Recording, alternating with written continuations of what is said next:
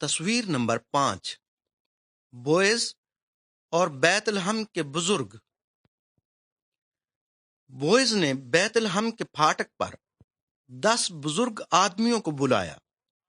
ایک اور رشتہ دار کا روت کے ساتھ شادی کرنے کا پہلا حق تھا، لیکن سب اس بات پر متفق ہوئے کہ بوئز اس سے شادی کرے۔ چنانچہ بات پکی کرنے کے لیے اس رشتہ دار نے اپنا جوتا بوئز کو دے دیا۔ یہ اسرائیل میں ایک رسم تھی۔ چنانچہ بوئز نے روت سے شادی کر لی۔ ان کے ہاں ایک بیٹا پیدا ہوا جس کا نام عبید رکھا۔ تب عورتوں نے نعومی سے کہا، خداوند کے نام کی تعریف ہو جس نے تجھے ایک پوتا دیا، وہ بڑھاپے میں تیرا سہارا بنے گا۔ تیری بہو تجھ سے بہت محبت کرتی ہے، وہ تیرے لیے 7 بیٹوں سے بھی بڑھ کر ہے۔